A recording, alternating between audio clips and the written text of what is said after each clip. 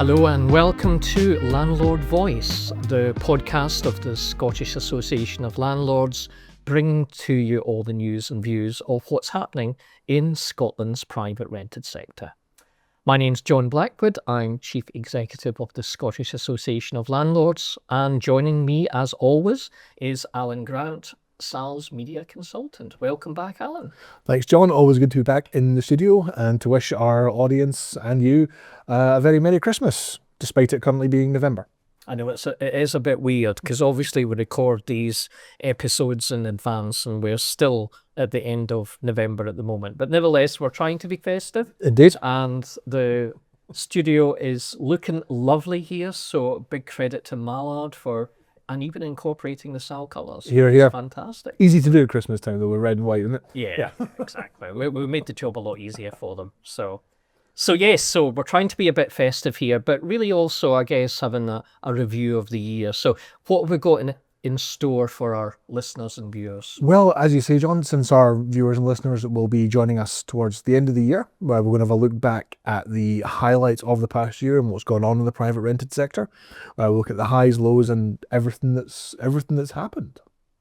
Okay, well, let's go for it. Make a start. Absolutely. Well, it's been quite a year for Scottish housing and for the landlords who live and work in it. We've had the housing bill going through the Scottish Parliament. We've got a new cabinet secretary for housing, and there's been fierce debate around issues like rent controls and various other topics. But before we get into the kind of the nitty gritty of what's gone on in the past year, we recently had Scottish Letting Day, SAL's annual conference. So, John, how was conference? What were your highlights? I think it was a fantastic day. I'm going to say that anyway, of course, but I think genuinely for those who attended, the feedback's been absolutely fantastic and we're always really delighted by that. So Scottish Letting Day is the largest gathering of landlords and letting agents in Scotland. Of course, it's our flagship conference as the Scottish Association of Landlords. And I have to say a huge credit to our events team within SAL, because really every year they put on a fantastic event. And I always say, do you know what, it's better this year than it was last year. And we always seem to improve. And I think that's great. You're always learning from previous experiences as well too. And of course, we have a great audience. And of course, I think that's really every good conference is as a result of those attending and what they're bringing to it and sharing as well. So we have about 650 delegates, just over that. So always delighted with the turnout. So there's a great buzz from it as well. And as well as an opportunity for landlords and agents and anybody involved in the sector to come together, share their views and ideas. And I think one thing that struck me this year was the vibe within the conference and the feeling, and a lot of people commented on that actually there's a really good feeling there, and people obviously enjoyed the day, which is always nice too. So despite everything that's been happening in the private rented sector, there's still a degree of optimism, if that is the right word. So people are looking to the future, they're adapting their businesses. Yes, it's not easy, and we're all facing real challenges within our businesses, and I don't want to detract from that. But nevertheless, we're trying to work together and find solutions to the problems that we have in the private rented sector.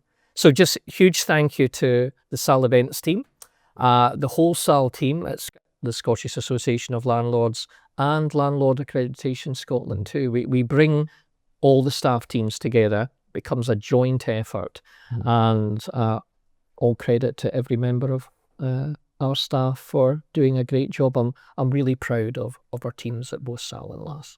Brilliant. I just want to ask you about that sense of optimism, because as you said, there have been challenges and there have been difficulties over the last year, and successes, of course. I'm just wondering where that sense of optimism comes from and where the sort of direction of that is. I think ultimately, I always say this, and I feel like a broken record, is landlords are investors. Investors first and foremost. We're business people, as well as probably being in other businesses in different areas of society. We're also running lettings businesses. So we're used to the challenges that regulation brings, and of course changes in the market as well too. So to adapt our business, to look at new opportunities and diversifying a business is really important.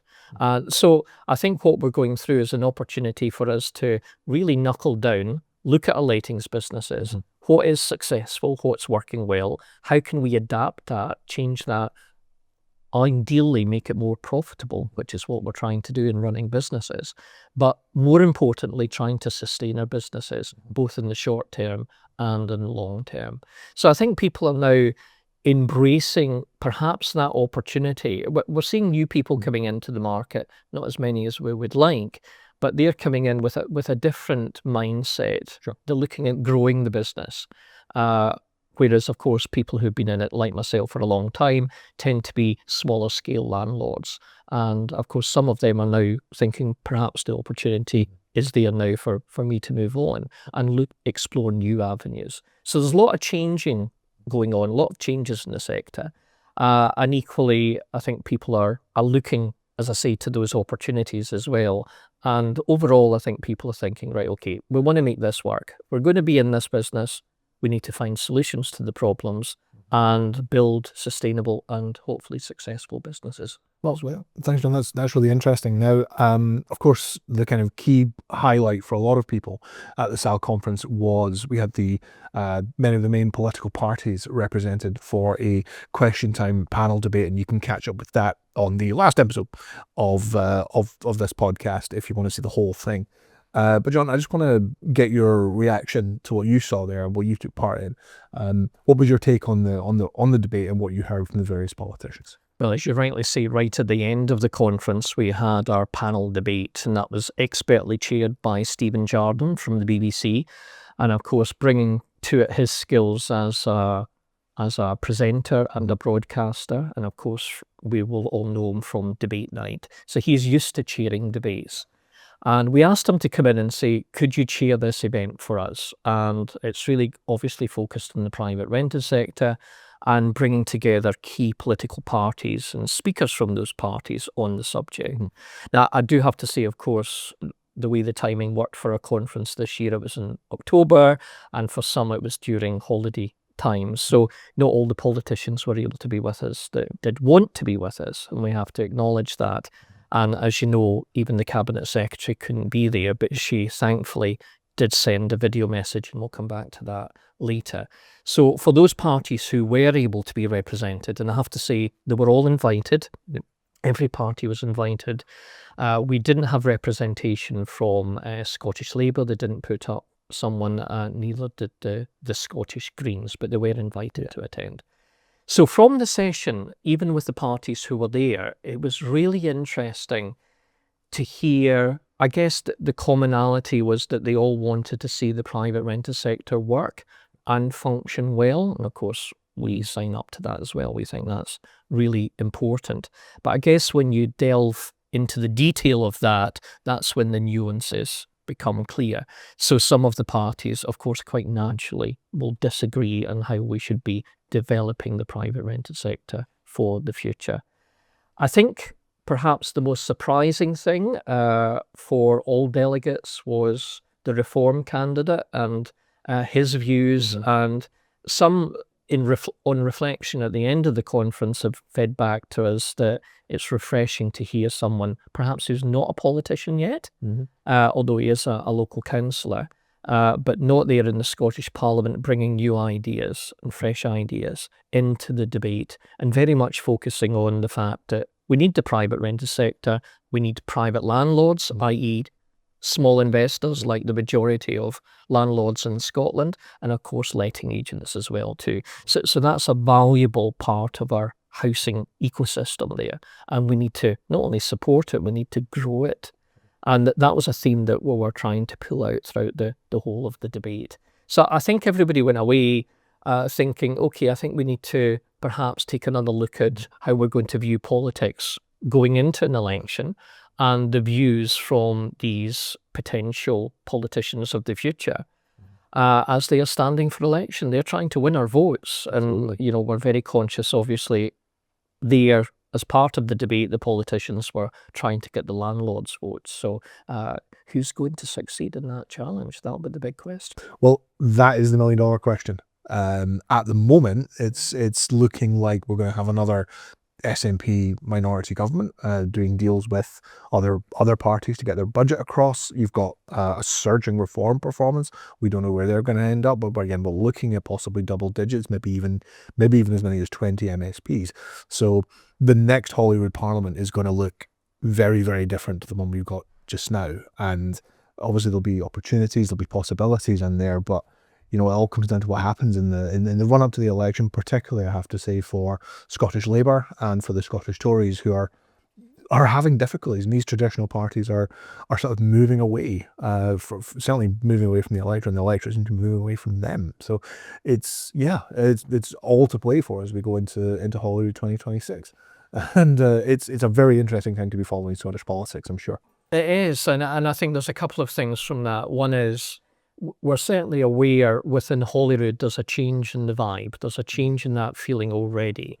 People are gearing up for an election, even though we're a few months off it, but we're not expecting really that to build up until after the new year. But nevertheless, it's in the air. And even during the debate, we were conscious of that. I could feel that. Because, of course, all the parties, as I said earlier, are vying for our vote, and everybody's vote for that matter, not just ours. So that's very much happening at the moment. Equally, we are recording this just before the UK budget. True. So we don't know the outcome of that, of course, yet.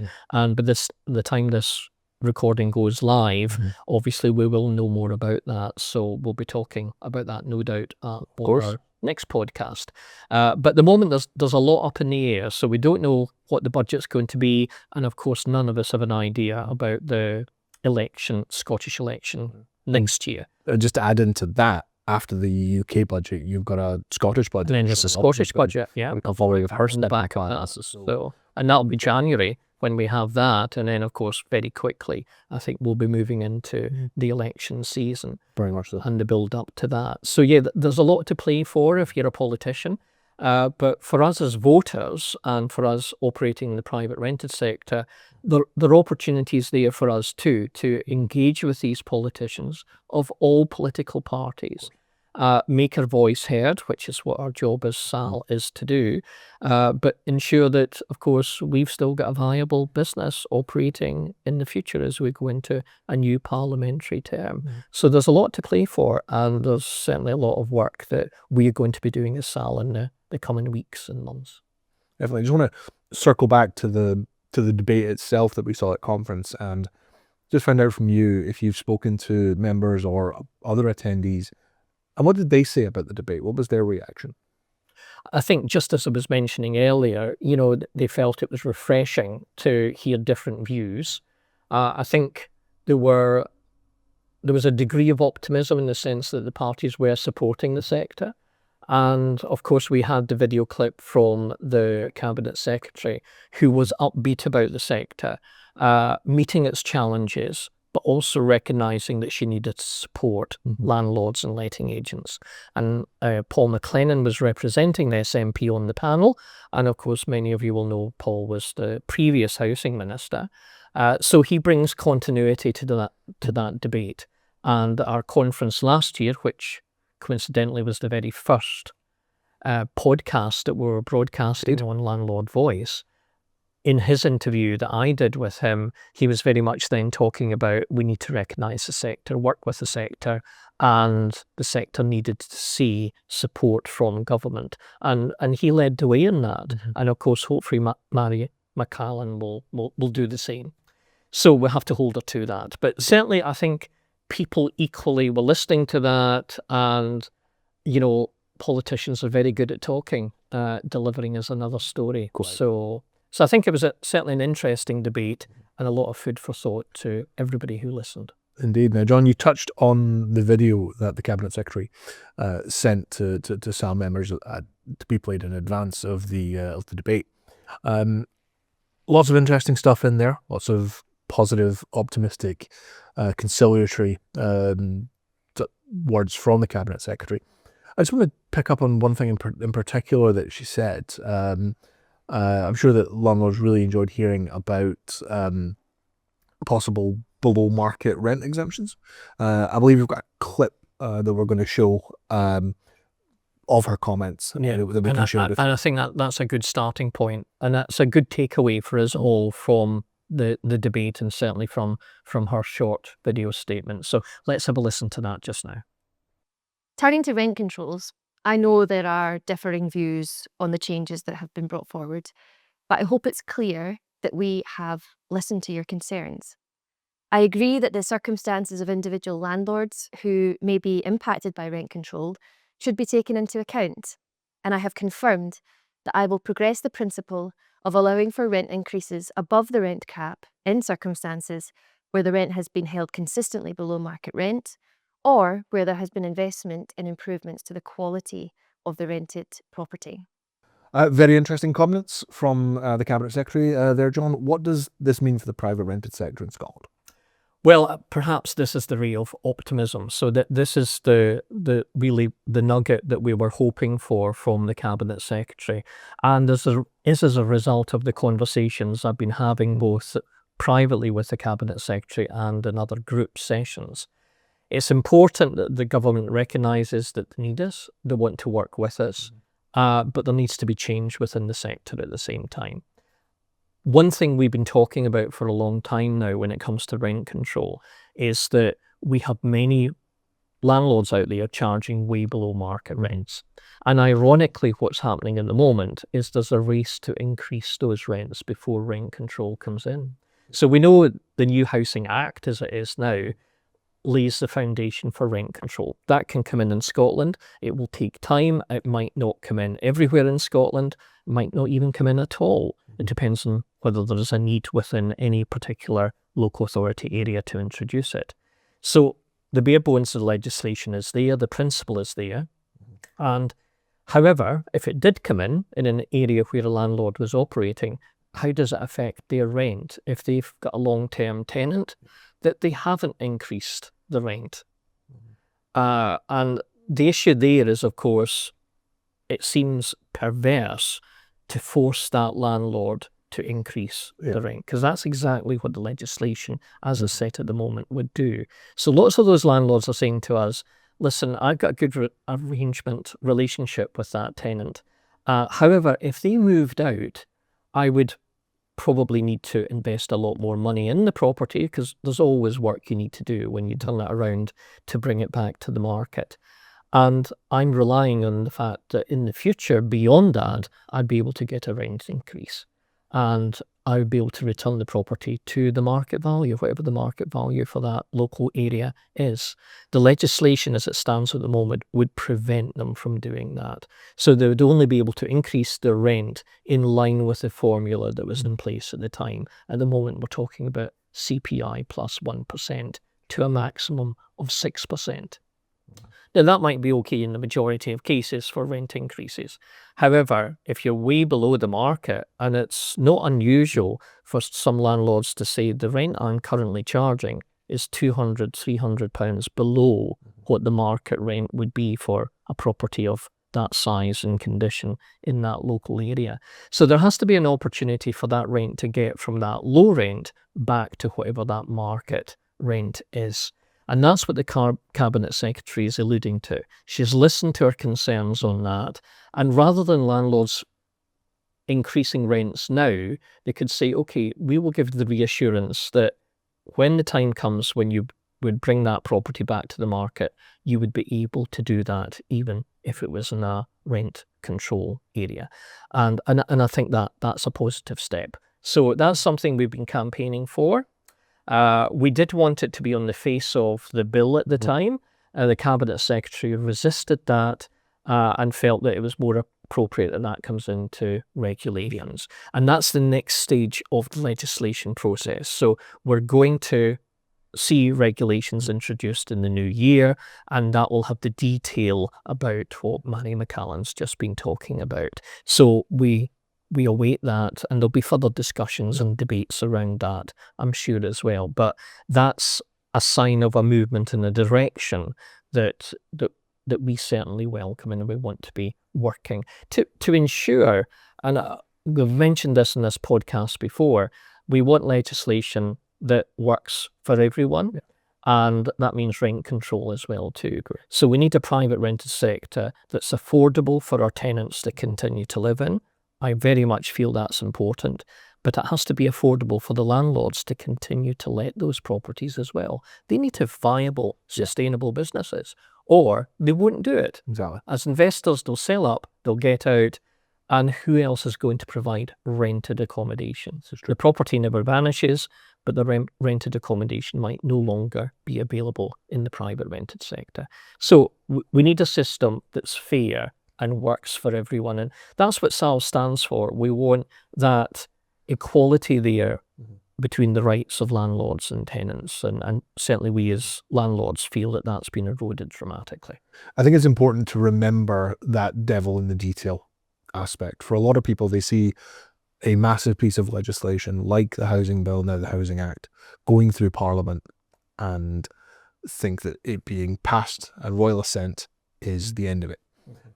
They forget that almost all your work is still ahead of you at that point to get the regulations, the technicalities, the things that affect day-to-day life in whatever sector, whether it's housing or anywhere else.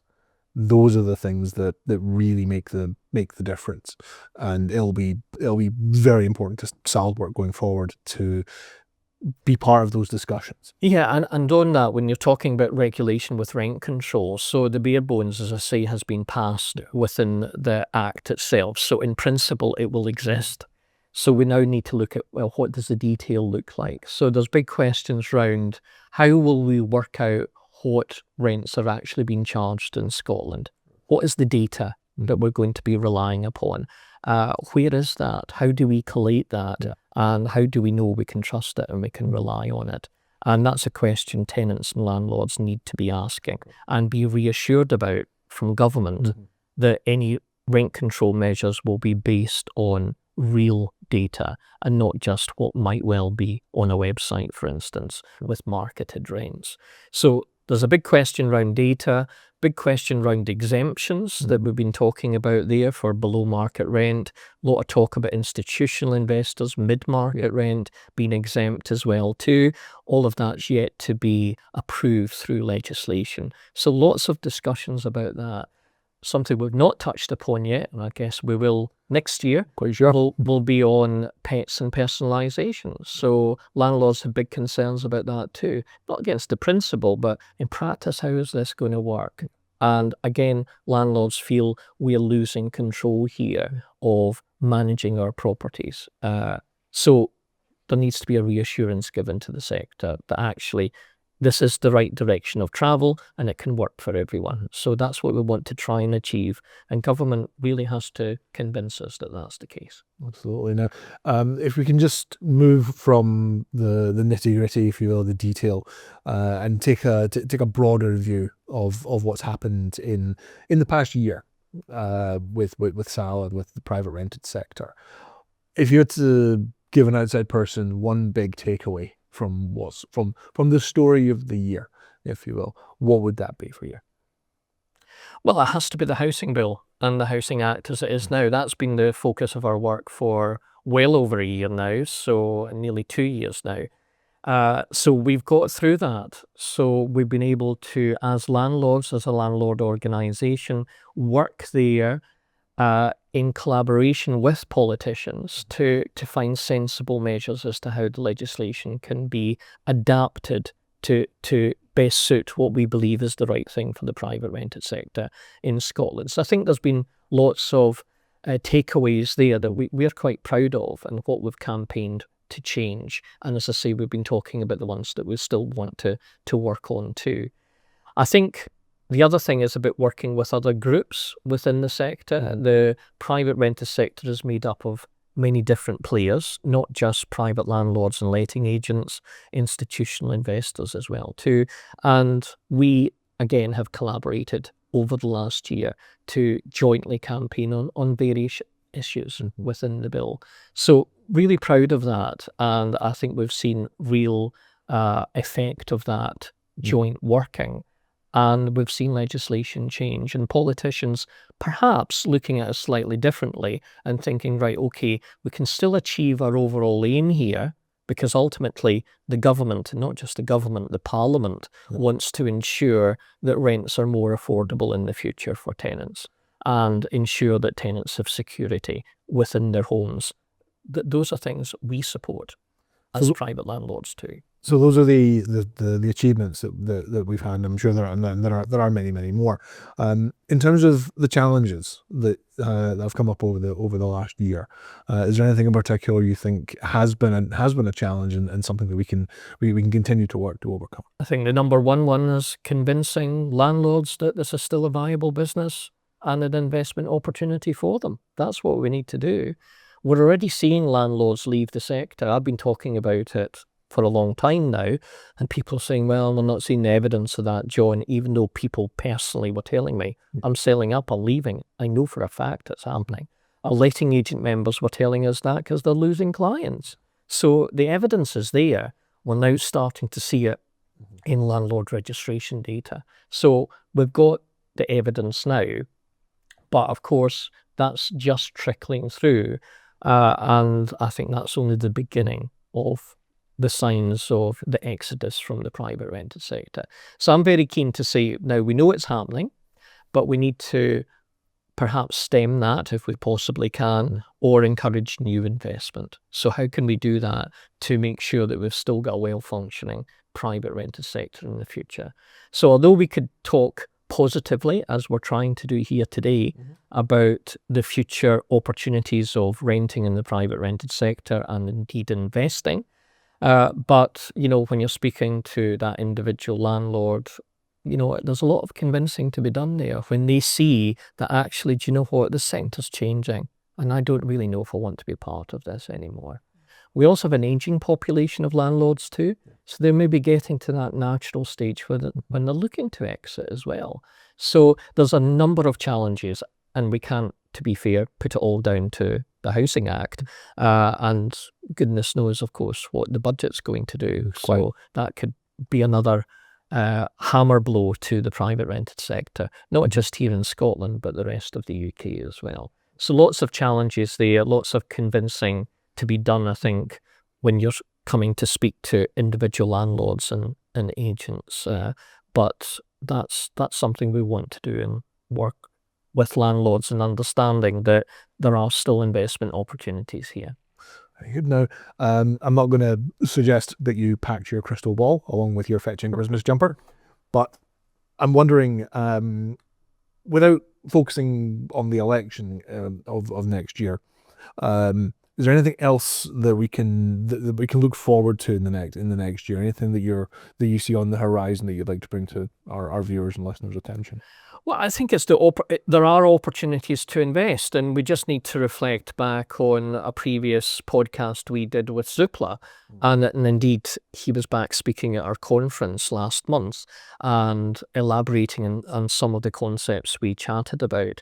And he was very much saying the Scottish private rented sector is still a good investment opportunity. The yields are higher in Scotland than they are in any other part of the country. And actually what you need to look at is opportunities throughout the country, and he was very much focusing on the greater Glasgow area. So there are good opportunities to invest where you would get the return that hopefully you're seeking as well too. So he felt that the opportunities were there. Perhaps not so in other parts of the UK, especially the London market. I think that's gone through big changes.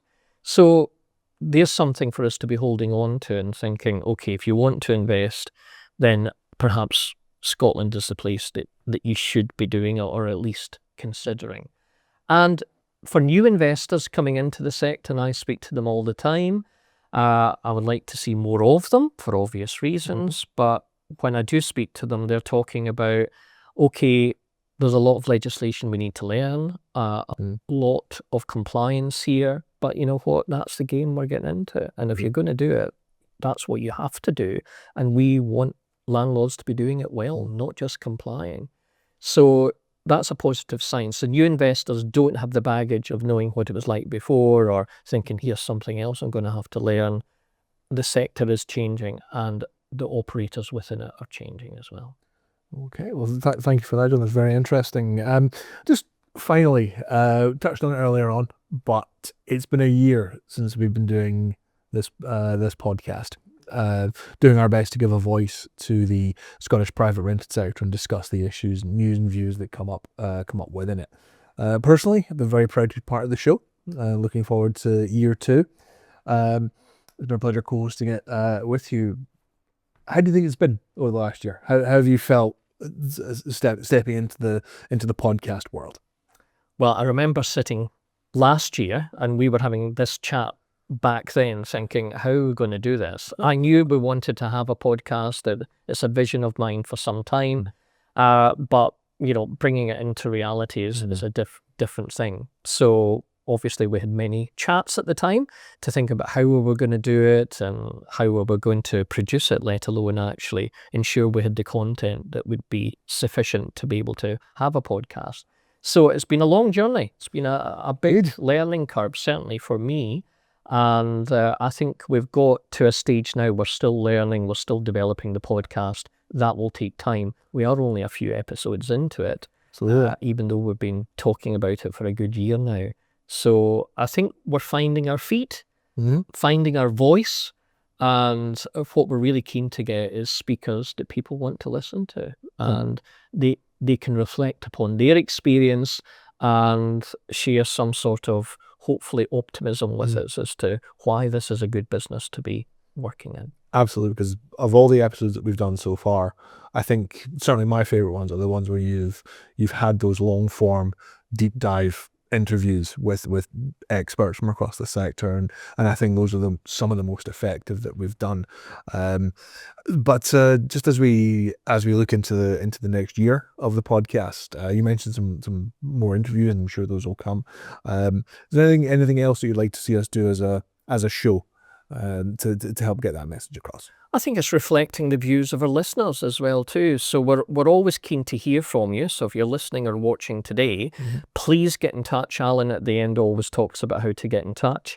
I think we do want to hear your views. We want to represent your views and your experience as a landlord or a letting agent or would-be investor in the private rented sector.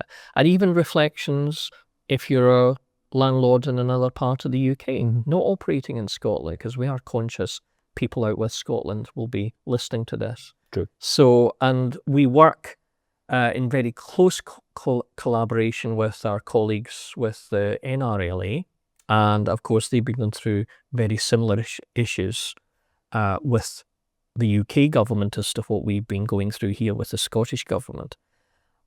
They've recently passed the Renters Reform Act, so a big part of their work this year has been looking at introducing a new tenancy regime, really, which of course we did in this country some years ago now.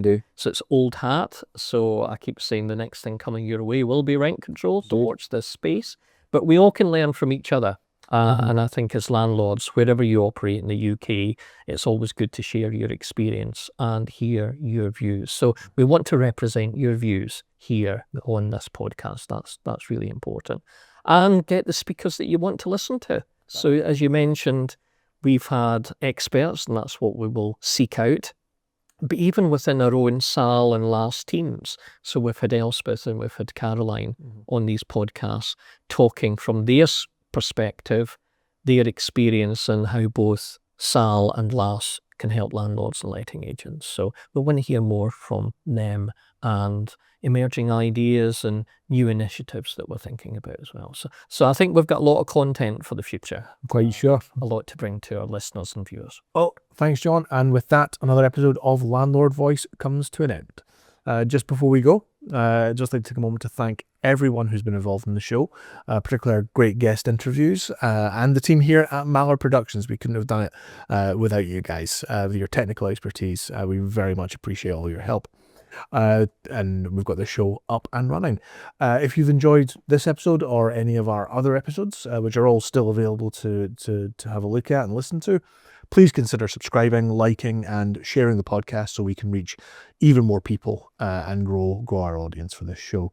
It really helps us, and your feedback and support is always most welcome. So for me, Alan Grant, and for John Blackwood, we'll see you next time.